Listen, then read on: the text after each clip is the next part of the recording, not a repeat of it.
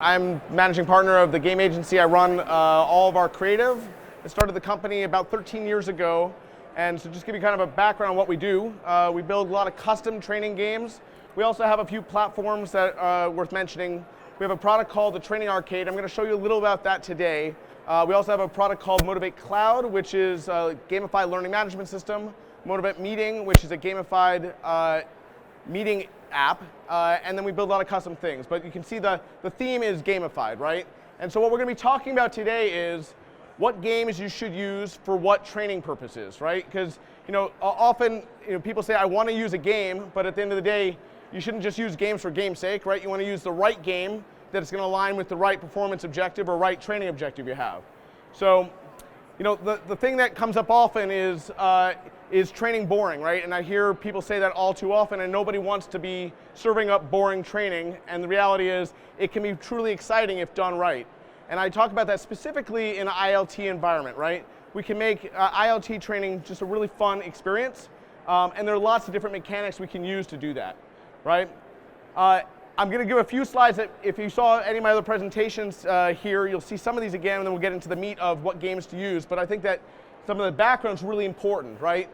If you think about the type of training that we're doing overall, it falls in, and by the way, if anyone wants any of these slides, just please let me know and I'm happy to share them with you.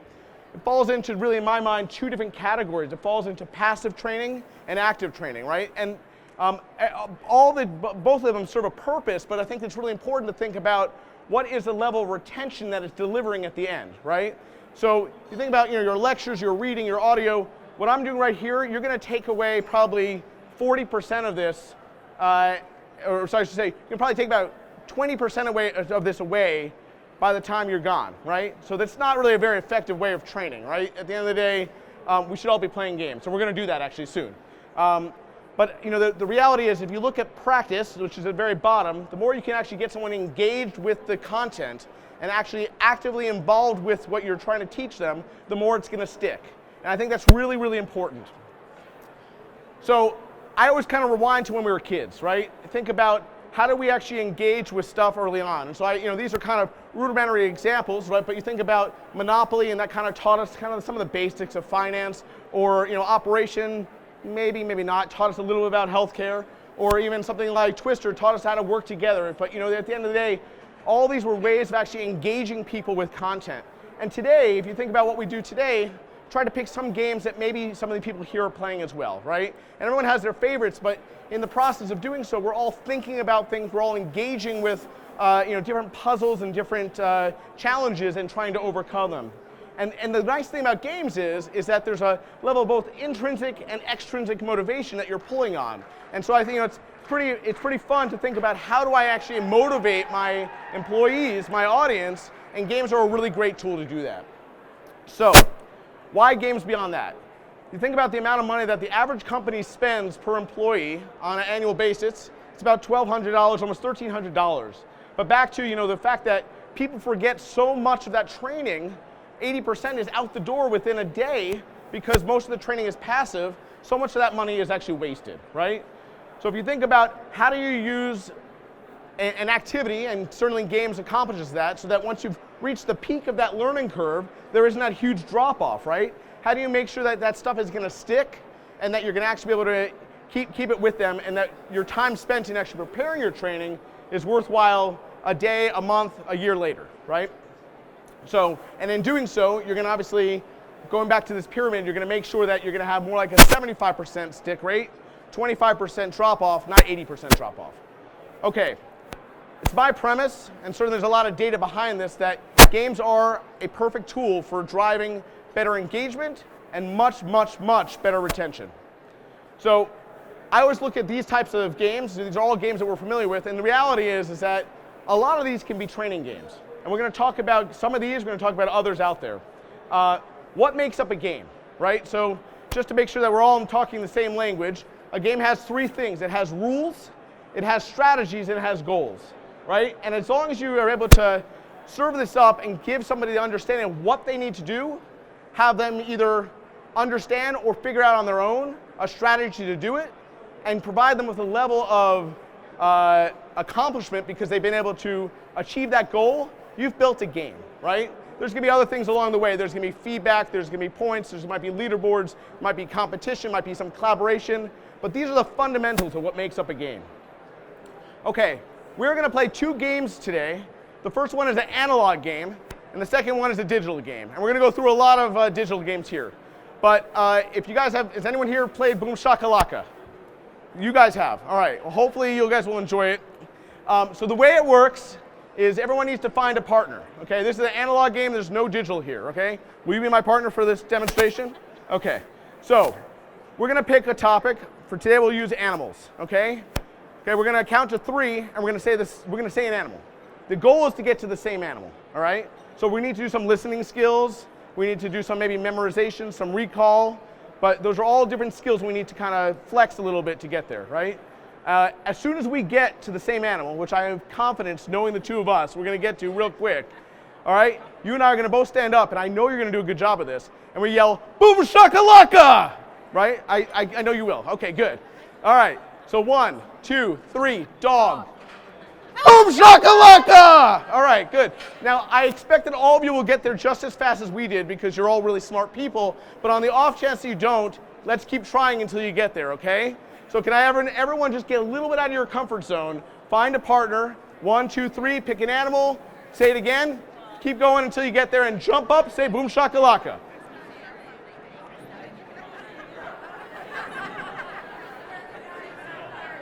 Boom shakalaka! Excellent, well done. Excellent. Excellent. Really good, we got lots of boom shakalakas, I like it.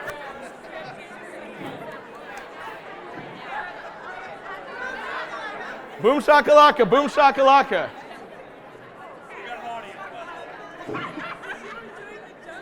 All right, enough boom shakalaka-ing, all right, so let's talk a little about what we've done here, right?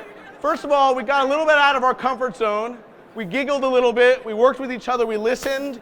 We were flexing a few different muscles here, right? And quite honestly, I think something like this, while yes, it does serve a purpose, and I'm going to show you where I think it aligns, I think it also, you know, it takes care of recall, certainly some memorization, some listening skills, but it's also a great way of getting your team working together, aware, alert, and ready to kind of just learn, right? So today we're going to talk about 5 different game types.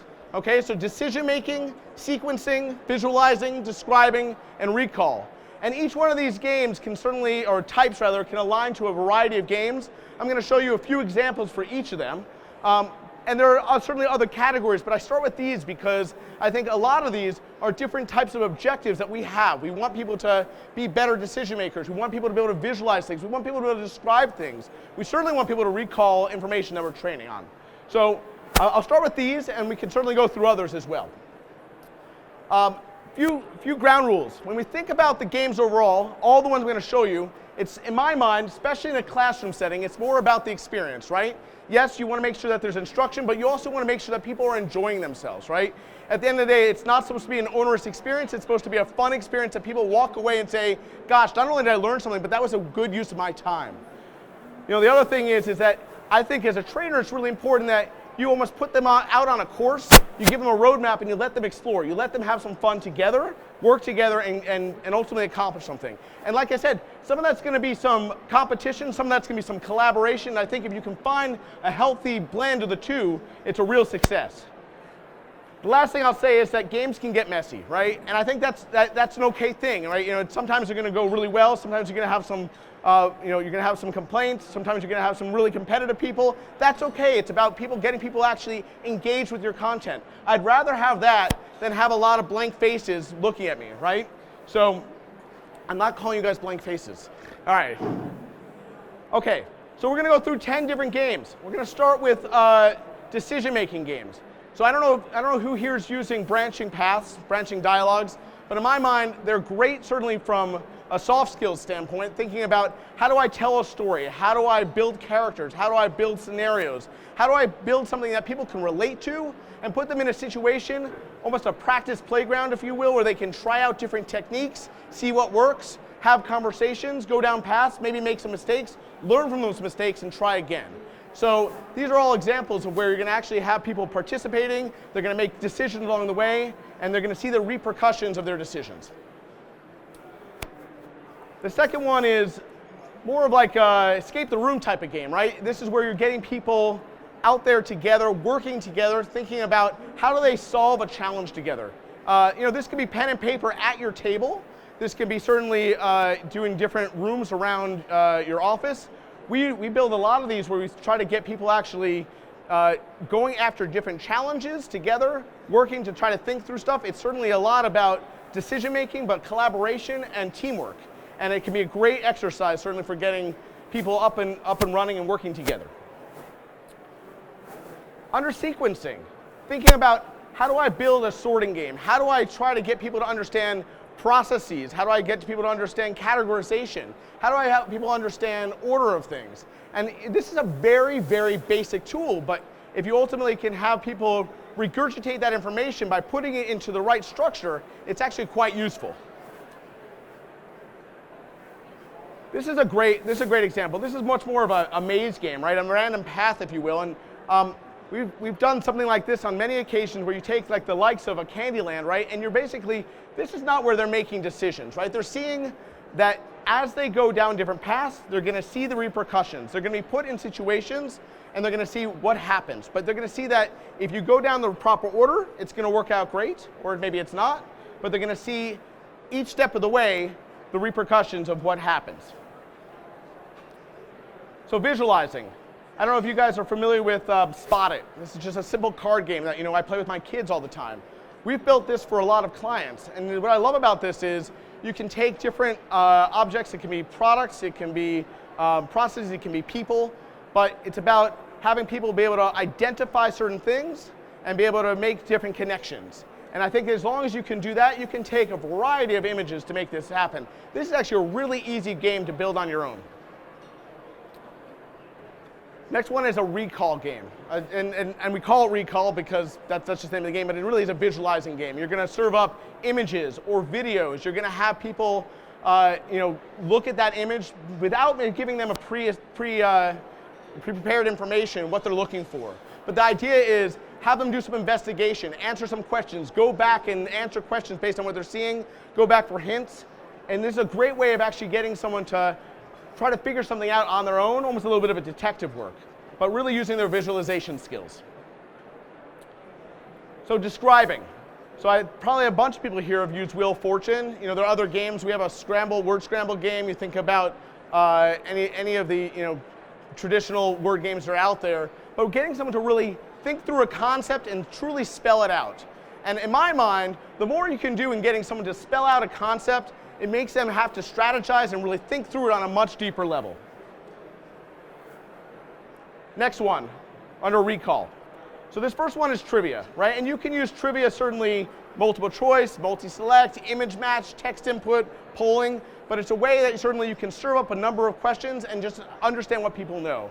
And I love this because whether you're doing this in your classroom, whether you're using a tool like this, whether you're using something like Kahoot, or otherwise, you can certainly, this is a bad video, you can certainly understand what people know, right? This is another one I think is great. So this is one that is out there. It's called Exit, and I thought I had a video for this one, but basically the way this one works is it's a maze, if you will. It drives you through the different environment until you get to a question. You serve up the question and you answer questions on it. What I like about it is it's a simple visual. It's something that everyone certainly can relate to in the fact that everyone knows Excel, and it's quite honestly a really simple game for trivia purposes. Here's some other games just kind of more on the gamey side. So we have a match game where you can throw questions throughout. We have an endless jumper, you can throw questions throughout. But it's about how do you take recall questions and introduce them into more gamey games, right? Okay. This last one is Jeopardy. And we're going to play a game of Jeopardy here in a minute. Let's get this so I can just see this.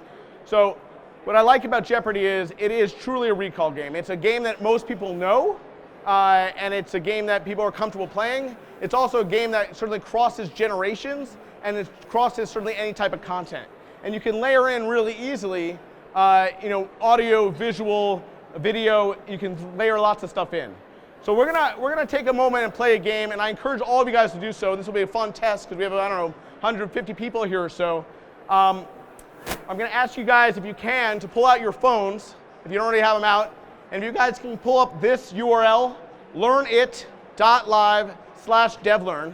We'll just take maybe 1 minute for everyone to do that. And we're going to play a game, and we'll have some prizes, and we'll have some fun, hopefully. Oh, yep. Give people a minute to...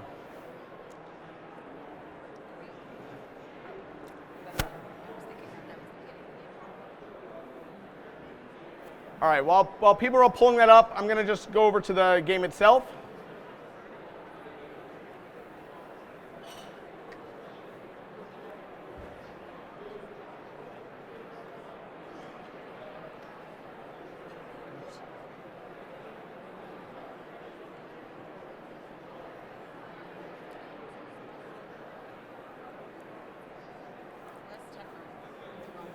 Oh, yes. Sorry. No, okay, thanks.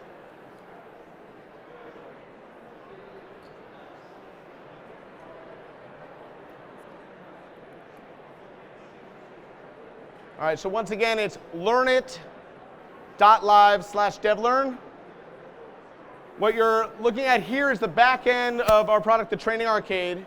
If you're serving up this game as a trainer, you can do it one of two ways. You can do what we're doing right now, which is you're going to show both the back end, and it will show a lot of the data to the users. Or more likely, what you're going to do is you want to just show that very top part up here, which is the game itself. The whole idea of this game is, what I want you guys to be doing is I want you guys to be paying attention to the content up here, and then we're going to serve stuff to your phones for you to answer, and you'll come back up here, right? The idea is for it to be a dialogue, if you will, between us. For the purposes of this game, we put in two types of questions. We put in text input questions, so your traditional Jeopardy questions, and we put in multiple choice. So if everyone's in, we'll give you guys a chance to just log in itself. So you should be prompted on your phone to log in, and we'll get started.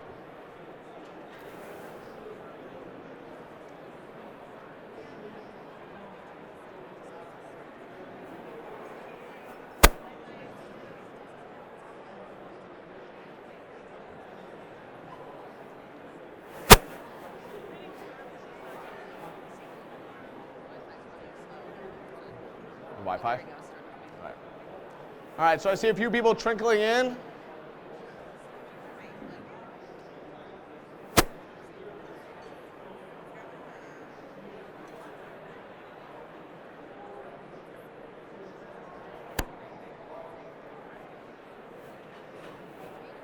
All right, looks like we have about 40 people so far, and we'll give it another few seconds, and we'll see who else comes in, and we'll get started.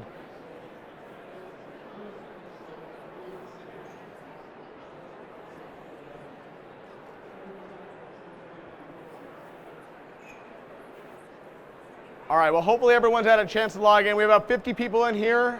If you're not already logged in, you can certainly play along on your device, but you can't compete. So just for the sake of time, we'll get going. We're going to start with the first question. Laura, can I ask you to pick a category when it comes up and a price point when it comes up?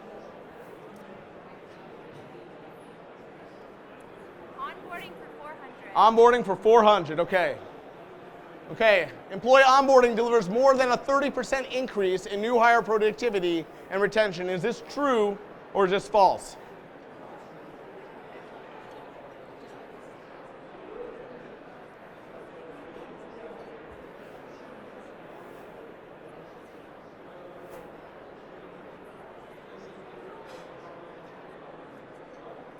All right, we'll see what the answer is, and we'll keep going.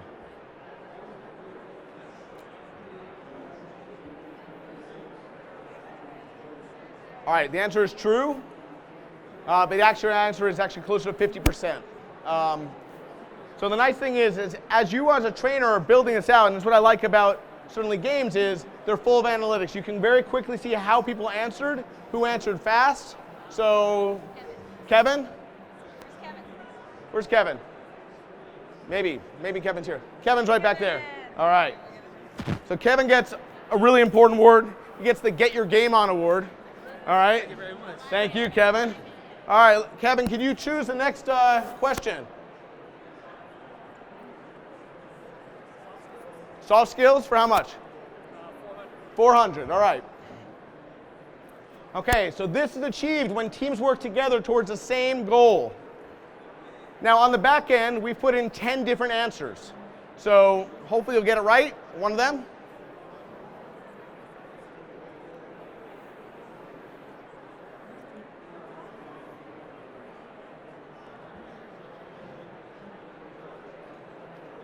All right, let's see. All right, cooperation, teamwork, collaboration, there's lots of different options. And what's nice is if you look down, you'll see all the different, you want to just go to the next question? There you go. You'll see the different answers that people put in. They put in results, collaboration. Like Teresa got it. And Teresa? Where's Teresa? Is that what that says? All right. Is that what that says, Teresa? Well, today it's going to say Teresa. All right. The nice thing about this, and I encourage you to do this with any form of games, right, is that they're so data-driven that you have the opportunity of having a discussion right here.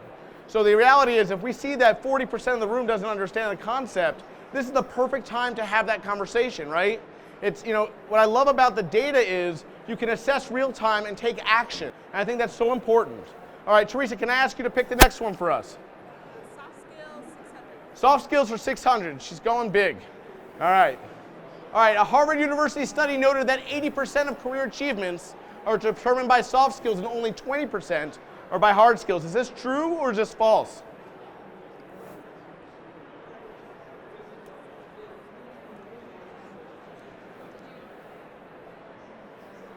It's based on time too. Yeah, I will.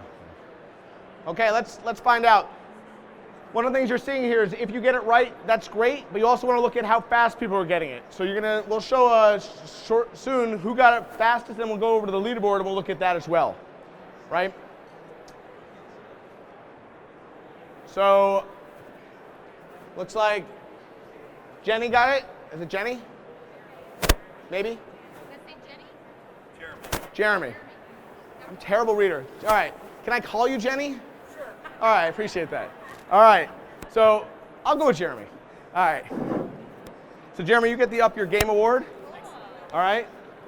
So I think it's important also to take a moment and celebrate how people are doing along the way. So let's just jump over to the leaderboard so we can kind of see who's in the lead. And the Wi-Fi is terrific today. So Emily is winning, all right? So there's also a tie you can see. There's 5 people who are at the same point, but Emily's obviously going fast and furious, right? So keep it up, Emily, all right? No, you'll get a trophy soon enough, all right? All right. Jeremy, can I ask you to pick the next category or next number? Soft skills for 200, okay. This is not a component of soft skills.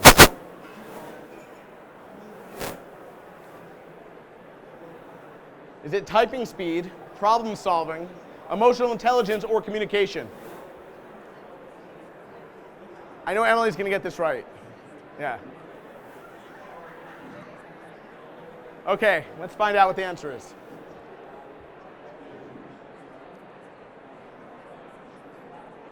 All right, it's typing speed. This is a great time where we would probably correct lots of people on why typing speed is not a soft skill, right? Or a hard skill. Okay, is that Michael? Michael got it right, he got it fast. Where's Michael? Michael, can you help us? Sorry, here's your trophy. It's probably the most rewarding time that you've had all at DevLearn is getting that trophy. Can you tell us what we want to go with next? Let's scroll back up. Security 600, okay. All right, having multiple passwords will prevent this. So what do you want to prevent by having multiple passwords?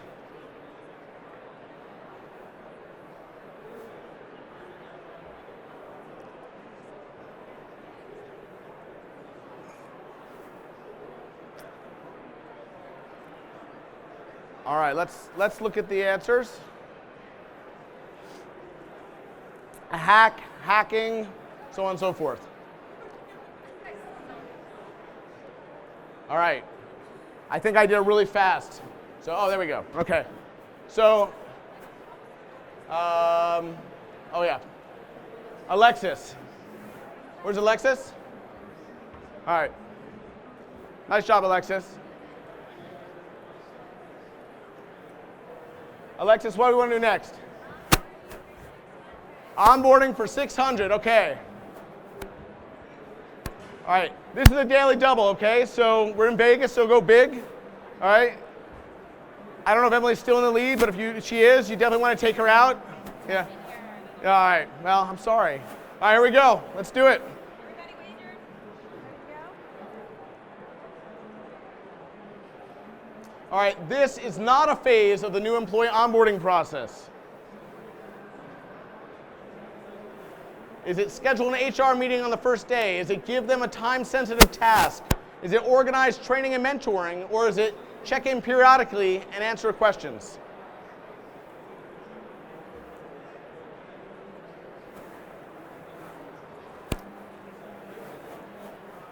All right, let's find out.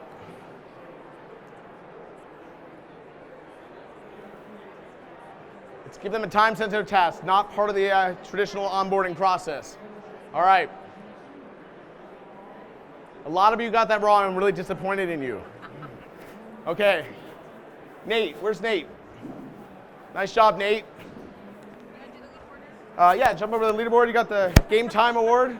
Thank you. I hope you're feeling really accomplished. Yes. Good. That's good. All right. So looking at the leaderboard, Emily's like not even on. She's it's really disappointing. You have to work on those typing skills. All right. So Tim is in the lead right now, and he's tied with Laura, but he's really fast, so he's really kind of kicking her butt. All right. Let's go on. Nate, can you pick the next one for us? Onboarding. All right, 200. Onboarding is a process in which new employees get acquainted with what? Or with the what?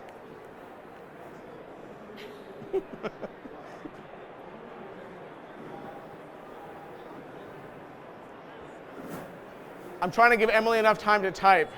It's a hard skill. It is a hard skill.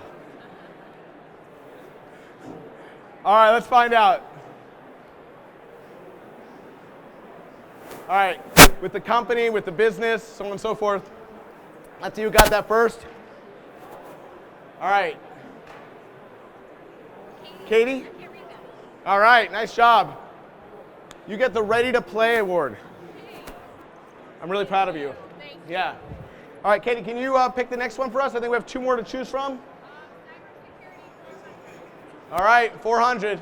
A software that sees everything you do. This is a text input. What software sees everything that you do?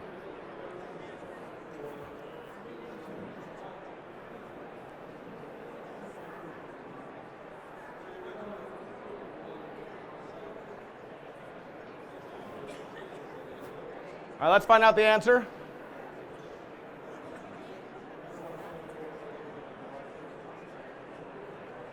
Spyware. Okay. Once again, I encourage you to use games because they are a great way to have an ongoing conversation as you're playing.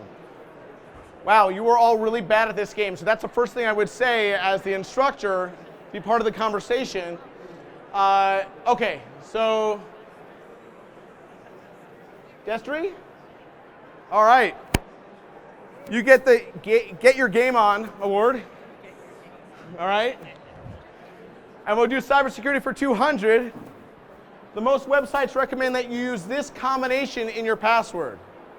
Is it letters and numbers, letters and emoticons, letters and characters, or letters, numbers, and characters?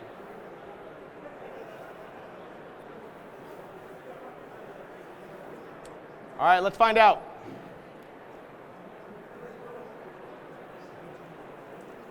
Letters, numbers, and characters. All right, we're going to jump over to the leaderboard one more time, and then we're going to do our final question. And whoever walks away with that is going to get this final award, which is pretty darn exciting. All right.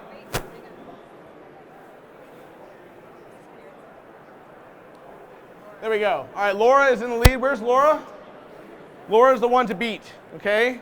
I want you all to look at her and kind of just think about how you can beat her. All right. All right, here we go. So let's wager. If everyone would do a wager, and whoever wagers gets this. So I know you guys are pretty excited. And if you can only wager if you have points, right? If you don't have any points, you can't wager anything. And let's get going with our last question. Then we're going to talk a little more about use cases and where you can use games. Okay, the amount of years that DevLearn Conference in Expo has been taking place. Is it 15, 17, 20, or 25?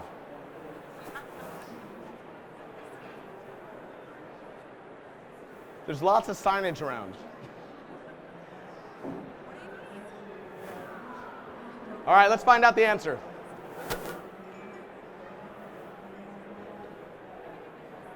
All right, that's the correct answer. It's 15 years. Let's see who our winner is. All right.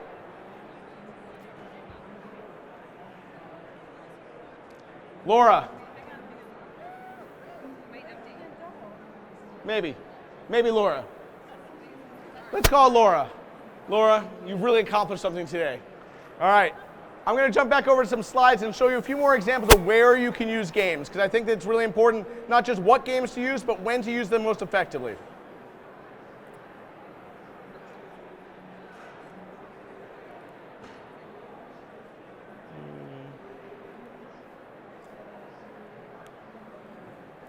Well, we'll try to do that. There we go.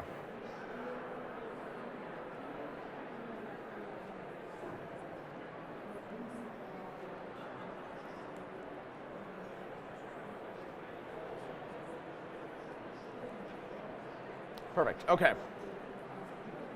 So as you're thinking about using games, you can certainly do it in the way that we just did it here, right? It makes it a much more conversational experience. You can also build really fun scavenger hunts and use different games at different checkpoints. The last thing I think about is building different arcades around your classroom or around different exhibit halls like this. It's a great way to get people up and on their feet and engaging and collaborating and competing with one another. And it makes it certainly a lot more engaging.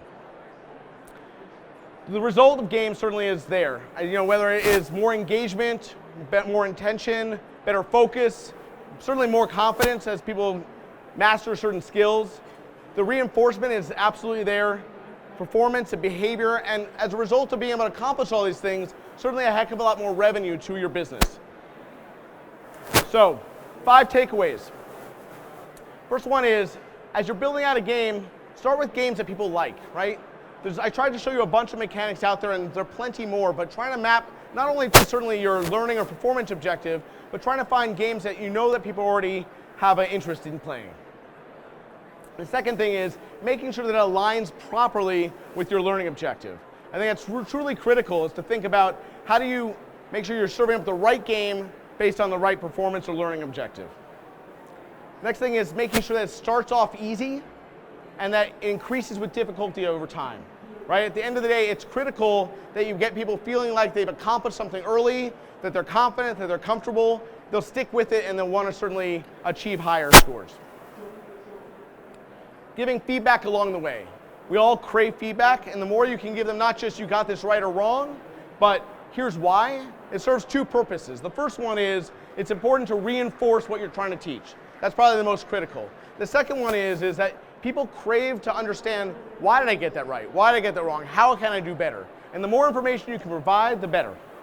The last one is making sure that you're supplementing the gameplay with levels of gamification, right? So there's games and there's gamification. On top of games, you can use points, badges, leaderboards, rewards. You want to play to people's both intrinsic and extrinsic motivation. And these are all extrinsic to a large degree, right? You want to make sure that you're driving people to do more stuff. So I'm happy to answer any questions. I'm going to do a quick pitch. At DemoFest, we're showing a really fun game that targets little kids, but it actually has a lot of the same mechanics as what we're showing you today. It's our focus on early literacy. I encourage you to come check it out at table 8. But if anyone has any questions, please stop by and I'd be happy to answer them. Thank you very much for joining. Appreciate it.